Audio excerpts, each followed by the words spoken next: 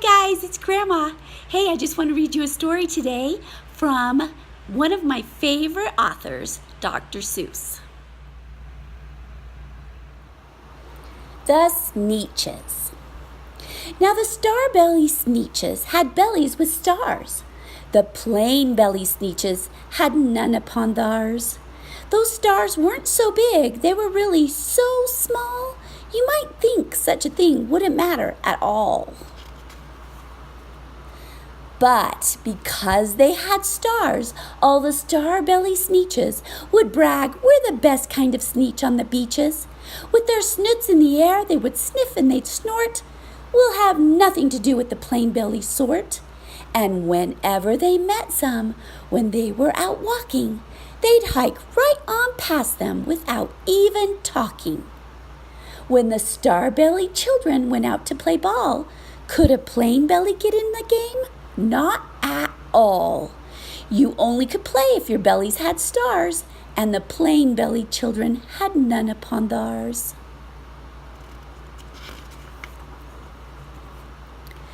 When the star-belly Sneetches had Frankfurter roasts, or picnics or parties, or marshmallow toasts, they never invited the plain-belly Sneetches.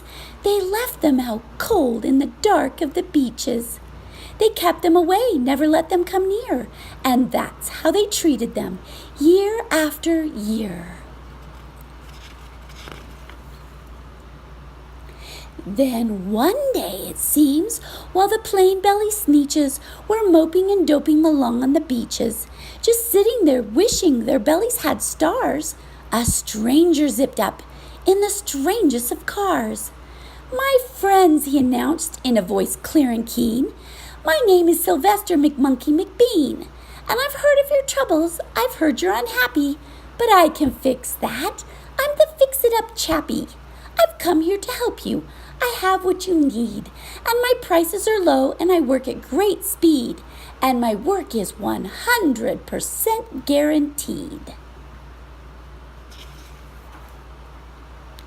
Then quickly Sylvester McMonkey McBean put together a very peculiar machine, and he said, "You want stars like the star-belly Sneetch? My friends, you can have them for $3 each. Just pay me your money and hop right aboard." So they clambered inside. Then the big machine roared, and it clunked, and it bonked, and it jerked, and it barked, and it bopped them about. But the thing really worked. When the plain-belly Sneetches popped out, they had stars.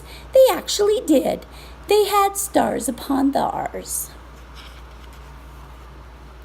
Then they yelled at the ones who had stars at the start, "We're exactly like you. You can't tell us apart. We're all just the same now, you snooty old smarties, and now we can go to your Frankfurter parties." "Good grief," groaned the ones who had stars at the first. "We're still the best Sneetches, and they are the worst.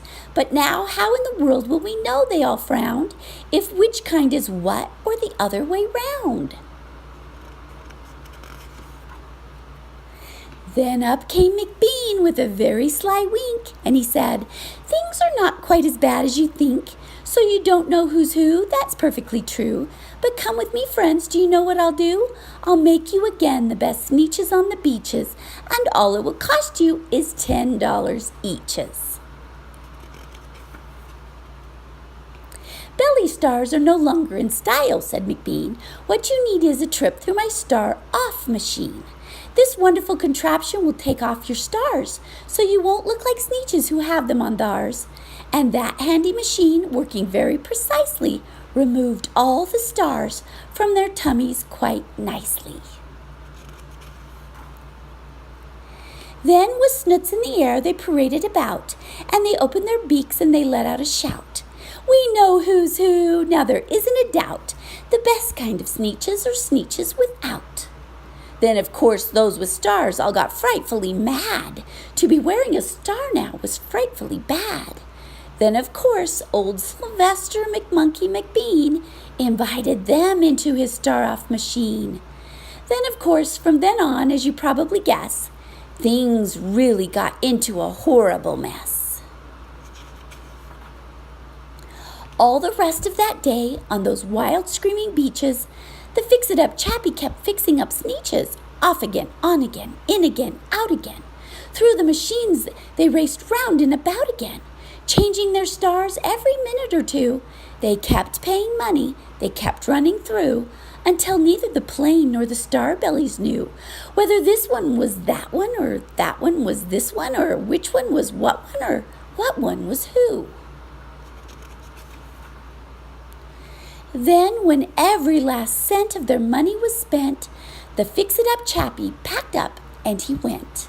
And he laughed as he drove in his car up the beach. They never will learn. No, you can't teach a Sneetch. But McBean was quite wrong, I'm happy to say, that the Sneetches got really quite smart on that day. The day they decided that Sneetches were Sneetches, and no kind of Sneetch is the best on the beaches. That day all the Sneetches forgot about stars, and whether they had one or not upon theirs.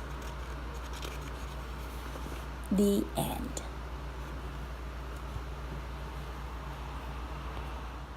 Remember that Grandma thinks you are awesome.